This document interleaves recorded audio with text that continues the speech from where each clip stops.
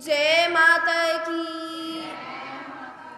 बोलो गुरुदेव महाराज की जय।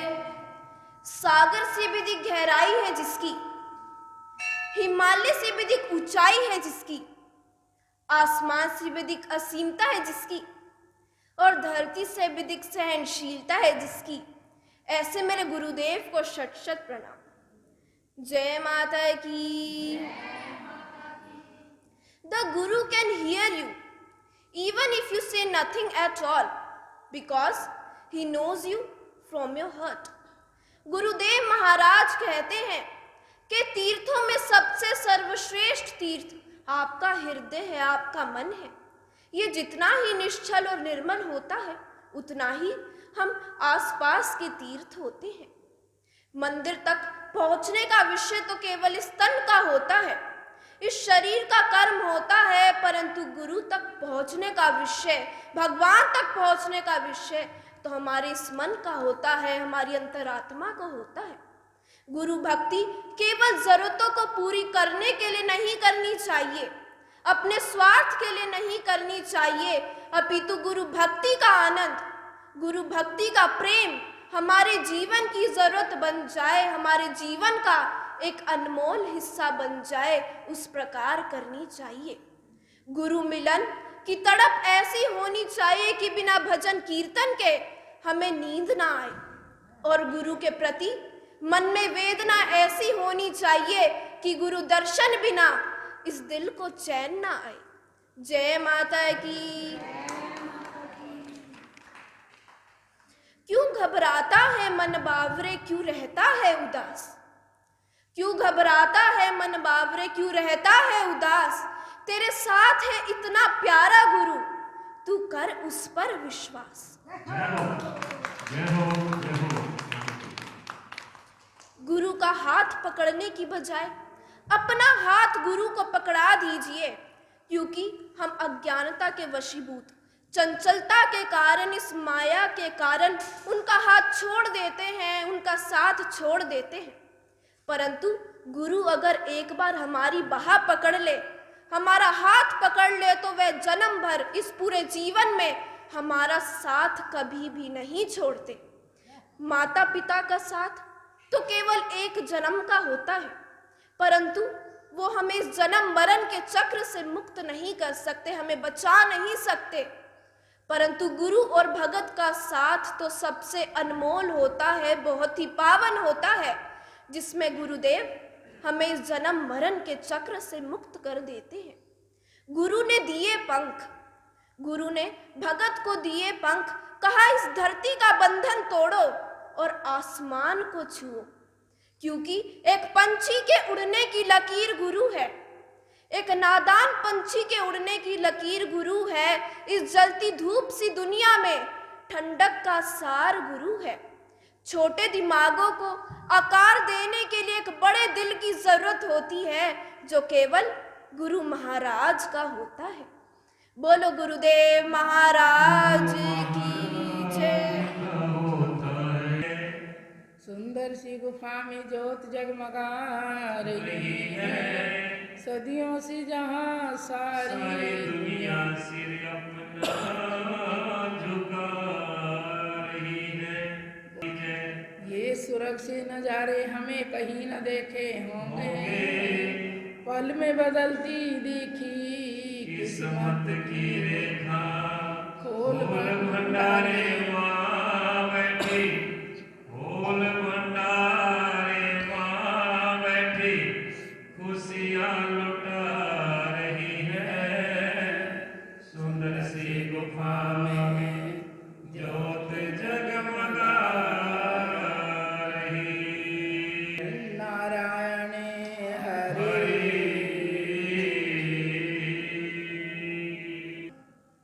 भगत जनों, माँ के प्रेमियों, कितना प्यारा उस माँ का नाम है, जिस माँ के नाम से हम बहुत कुछ करते हैं, भव बार तर जाते हैं। उस माँ को भी स्वार्थ में हम भूल जाते हैं। देखिए, जो अपने घर की माँ को भूल जाता है, इस माँ को फिर कैसे याद रखेगा? तो नहीं, हमें भूलना चाहिए। पहले अपने माता पिता ही सब तीर्थ हैं और फिर हमें अपनी इस माँ को, सृष्टि रचयिता माँ को याद रखना चाहिए। सुबह शाम तुम कितनी ही बिजी रहो, लेकिन इतना सा समय उसके लिए ज़रूर निकालिए ताकि तुम्हारे जीवन में खुशियाँ भरती चली जाएं। वो तो सबके दामन भर के खुश रहती है, भंडारे देकर खुश रहती है, हम ले नहीं पा रहे। देखिए, अब होली के दिन है, अभी 2-4 दिन में होली है। इस होली के पर्व में इस होली को कैसे मनाया जाता है और कैसे मनाया गया था पहले, उससे पहले कोई नहीं जानता था होली क्या है। प्रेमी भगत जन्म प्रहलाद भगत हिरण्याकश्यप के घर जन्म हुआ। हिरण्याकश्यप बड़े द्रोही और क्रूर आत्मा के थे, जो हरि भक्तों को दुख पहुंचाते थे। हरि भक्तों को इतना दुख पहुंचाते थे जो कि भगवान सहन नहीं कर पाते थे। उन्होंने अपने अवतार रूप में प्रहलाद को जन्म दिया। प्रहलाद हिरण्याकश्यप के घर में जन्म लिया। और जब प्रहलाद कुछ थोड़ा समझदार हुआ 2-4 साल का, तो देखा कि मेरे पिताजी सब नगरी पर इतने अत्याचार हरि का नाम लेने से, ये तो गलत बात है। हिरण्याकश्यप तो हरि का नाम लेने से मना करते रहे, दंड देते रहे, दंड पे दंड देते रहे प्रजा को। लेकिन कहते कब हैं कि लंका का भेद किसने दिया था? घर के ही शख्स ने। जब तक घर का शख्स कहीं नहीं मिलेगा, कभी तुम्हें हानि नहीं पहुंच पाती है। जब घर का भेदी लंका ढाता है तो वो समझिए पूरी ही पूरी गिर जाती है। हिरण्याकश्यप का प्रहलाद ने जब हरि नाम की रट लगाई तो हिरण्याकश्यप देखते रह गए, ये क्या, मेरे घर में मेरे दुश्मन कोई रट रहा है, मैं नगरी पर विराम लगा रहा हूं और मेरे घर में मेरा ही पुत्र होकर क्रोध की कोई सीमा न रही। और प्रहलाद हरि नाम में स्मरण करते करते बढ़ रहे। कहने लगे, पिताजी आप ऐसे क्यों क्रोध करते हो? किस लिए? हरि नाम लेना तो कल्याणकारी है, भव से पार करने वाला है, और आप हरि नाम से ही चिढ़ते हो। क्यों चिढ़ते हो? प्रहलाद को दंड पर दंड देने की उन्होंने ठान ली। कैड़े से कैड़े दंड, कैड़े से कैड़ी यातनाएं प्रहलाद को देनी शुरू कर दी। कोई बात नहीं, घबराए नहीं। खंभ के गरम खंभा करके जब उसने प्रहलाद को उसके बांध दिया, कहने लगे, इसमें भी तेरे हरि हैं? कहाँ, इसमें भी तो मेरे हरि हैं, मेरे भगवान विष्णु हैं, आपको तो नहीं दिखते। आपने तो मेरे लिए अच्छा किया कि मैं भगवान की गोद में ही बिठा दिया। मारने लगा, बहुत जोर जोर से यातना देने लगा कि हाँ तेरे हरि हैं। जो इतना लाल खंबा हो रहा तो उस पर चींटियाँ चल रही, पूरी लाइन चींटियों की। प्रहलाद को हौसला हो गया। प्रहलाद को संकेत देते रहे भगवान हरि अपने भगत को कैसे बचाते हैं। जब चींटियाँ देखी तो कहा, ऐसे मेरे भगवान ही तो हैं जो मेरे लिए चींटियाँ चल रही, इतनी लंबी लंबी लाइन चल रही हैं। तो न कहा है, पिताजी आप मान जाओ, आप अंत मत करो अपने शरीर का, अपने सब परिवार का, अपनी नगरी का अंत मत करो। आप इसमें भी मेरे भगवान एक दिखा, तेरे भगवान कहाँ हैं? जब खंभ को बंधे हुए प्रहलाद को कोड़ों से मारने लगा बुरी तरह से, जब देखा तो मेरे भगवान प्रकट हो जाते हैं उसमें। इससे पहले जब हिरण्याकश्यप थक चुके थे, होलिका को बुलाया। होलिका को बुला करके उसको सब कुछ समझाया। होलिका ने बड़ा लताड़ा अपने भतीजे को बहुत कुछ कहा कि तू ही हमारे घर का बैरी बन गया, सारा संसार तो तेरे पिता की पूजा करता है और तू हरि को उठाए फिरता है। कहने लगी, मैं ही तेरा अंत करूँगी। होलिका को वरदान था, अग्निदेव से 2 वस्त्र मिले हुए थे। इतनी पूजा करी अग्निदेव की, उन्होंने खुश होकर 2 वस्त्र दिए।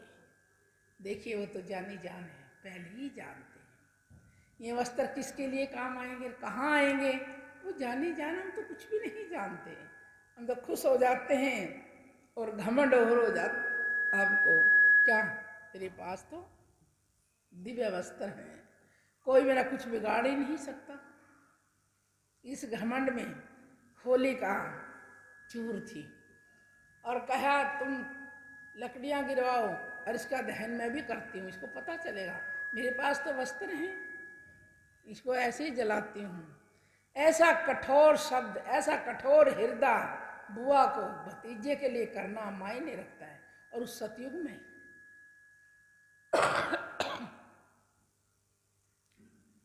क्योंकि भगतजनों इन सब के पीछे उनकी राज छुपे हुए थे। ऐसा इंतजाम किया, लकड़ियां डाल दी, होलिका की गोद में प्रहलाद को बिठा दिया और पूरी नगरी आंसू बहा रही, रो रही है। कैसा अत्याचार!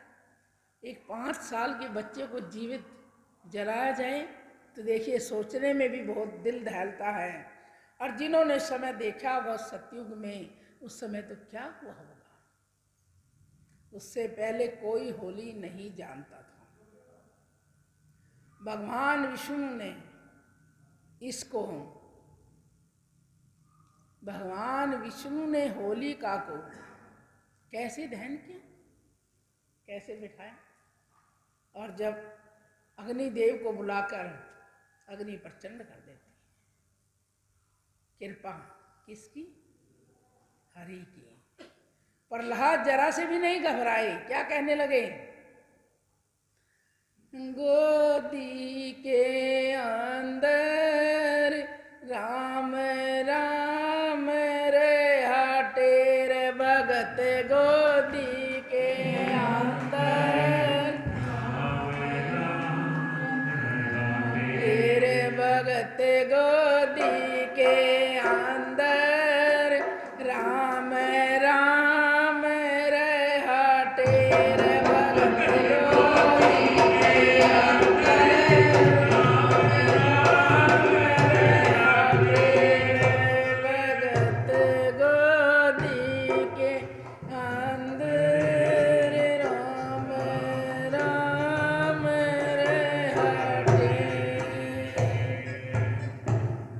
देखिए भगत जनों, माँ के प्रेमियों, उसके नाम में कितनी शक्ति है। जो उसको समर्पित कर देता है तो फिर चिंता क्या है की। यही तो नहीं हमसे होता, न उस पर विश्वास करते हम, न उसके समर्पित होते हम। जो कुछ है मेरा मेरा मेरा, यूँ कर ले यूँ कर ले यूँ कर ले, मैं नहीं होता ये हो जाता, मैंने ये किया मैंने वो किया। इस कुएं से हम बाहर निकल नहीं पा रहे, ऐसे अंधेरे कूप में पड़े हुए हैं जिसको हम अपने प्रभु को, अपने पिता और माता को पहचान ही नहीं पा रहे हैं। उधर से पवन देव ने ऐसी परवैया चलाई, होलिका का वस्त्र उतर के भगवान के भगत पर प्रहलाद को ऐसा ढक दिया, कहीं आंच भी नहीं आई। जय माता की। भगत को आंच भी नहीं आई और होली जल के ढेर हो गई। तो भगत जनों, भगवान विष्णु जी सब देवता सुबह देख रहे हैं, किसी को थोड़ी पता चले। पूरी नगरी रो रही, रात की वहीं पे पड़ी, किसी ने ना कुछ खाया ना पिया। बहुत मिन्नता करी लेकिन हिरण्यकश्यप नहीं माने। जब सुबह देखा तो भगवान राम राम राम टेरा भगवान का भगत, उसको तो जरा से भी आंच नहीं आई, होली की जल के स्वाह हो गई। हिरण्यकश्यप घबरा गए, ये क्या हुआ, अब तो मेरी मौत निश्चित है। जब इतनी भरी भयंकर अग्नि से बच गया, ये है कितना, अब तो मेरी मौत निश्चित है। वहां पर घबरा गए हिरण्यकश्यप। उस दिन से तो देखिए ला करके उसने खंभ के बांधा, बहुत गर्म खंभ के बांध दिया, तपते हुए खंभ। वहां पर भी चींटियां चल रही हैं, कहे प्रहलाद को कुछ नहीं बिगड़ने वाला। तो कहने लगे इसमें दिखा तेरा भगवान कहाँ है, कहाँ है तेरा भगवान। कौड़ा लेके उसको यातना देने लगे और कहने लगी पिताजी, कहने लगे हे पिताजी आपने इतना बड़ा कुछ देख लिया तो मेरे भगवान को देखा नहीं है अब तक तुमने। इस खम्भ में भी मेरे भगवान है, तुझ में भी मेरे भगवान और मुझ में भी मेरे भगवान है, इस कण कण में मेरे भगवान समाये हुए हैं, तेरे हर एक खम्भ में मेरे भगवान समाये हुए हैं। क्या मैं तेरे भगवान को देखता हूँ क्यों? इधर से बहन जल गई और उसकी जो योजना थी वो निष्फल हो गई। प्रहलाद उसके सामने खड़ा, मारने में कोई कमी नहीं छोड़ रहा था। कैसे नहीं मरा? तेरे को कोड़े की मार से मारूंगा। 2-4 मारे, पिलर टूट के नीचे पड़े। भगवान नरसिंह रूप में अपने प्रहलाद को बचा रहे हैं, गोद में ले लिया। और उसी समय जो उसने माना हुआ था हिरण्यकश्यप को, ना रात है ना दिन है, ना अंदर है ना बाहर है, और ना उसका कोई तिथि है, ना कोई महीना है, ना कोई साल है, कुछ भी नहीं है। ऐसी मांग करी थी मरण मौत के लिए, भगवान ने वही किया। उसको ले जा करके और अपने घुटनों पे रख के और उसको मौत के घाट पहुंचा दिया। जय माता की, जय माता की, जय माता की, जय माता की। देखिए प्रेमियों, क्या पिता और पुत्र का मेल हुआ? नहीं ना। पिता पुत्र को नहीं बचा सका, पुत्र पिता को नहीं बचा सका। केवल धर्म का और पाप का मेल रहा। क्यों? एक तरफ पाप है और एक तरफ धर्म लड़ रहा है। धर्म की जीत हुई है, पाप की हुई है? धर्म की ना। धर्म की जीत हमेशा होती है, पाप की नहीं। पाप की जल्दी भाव दिखाती है लेकिन गिर जाती है। धर्म में जीतने में थोड़ा सा समय लगता है लेकिन अंधेर नहीं है। जीत हमेशा धर्म की होती है। तो देखिए, घर में ही जन्म लिया भगवान विष्णु जी ने, अंत कर दिया, सब कुछ अंत कर दिया वहीं पे। और प्रहलाद को अपने साथ ले जाते हैं तपस्या के लिए। द्वापर में भगवान कृष्ण जी आते हैं। इस पूर्णी माँ के विषय में प्रहलाद और अपने भक्तों की खुशी में, क्योंकि वो भी तो विष्णु का अवतार हैं, विष्णु तो हैं ही, उन्होंने इस होलिका को मनाना शुरू किया। जो सुबह खड़े थे, रात के जो सभी देवता वहाँ सुबह जहाँ प्रहलाद बैठा था वही राख उठाकर सब ने अपने अपने ऊपर लगाई कि इससे शुभ दिन, इससे शुभ कार्य क्या होगा। इतने बड़े संकट से हमारे प्रहलाद बच गए, हमारी नगरी में हमारी जीत हुई। सब के सब हिरण्यकश्यप के विरुद्ध हो गए। उसी समय कब भगवान हमारे साथी हैं और हिरण्यकश्यप हमारा कुछ बिगाड़ नहीं सकता। हौसला हो गया। तुम कहते हो ना, रोज जो जगाते हैं माँ की, कुछ मिला ही नहीं। हम रोज आते हैं कीर्तन सुनने, कुछ भी नहीं मिला। कहाँ नहीं जाते तुम लोग? बताइए, कहाँ नहीं जाते? भटकते भटकते कहाँ मंजिल मिलेगी? सफर पूरा नहीं हो पाता लेकिन जीवन पूरा हो जाता है। जय माता।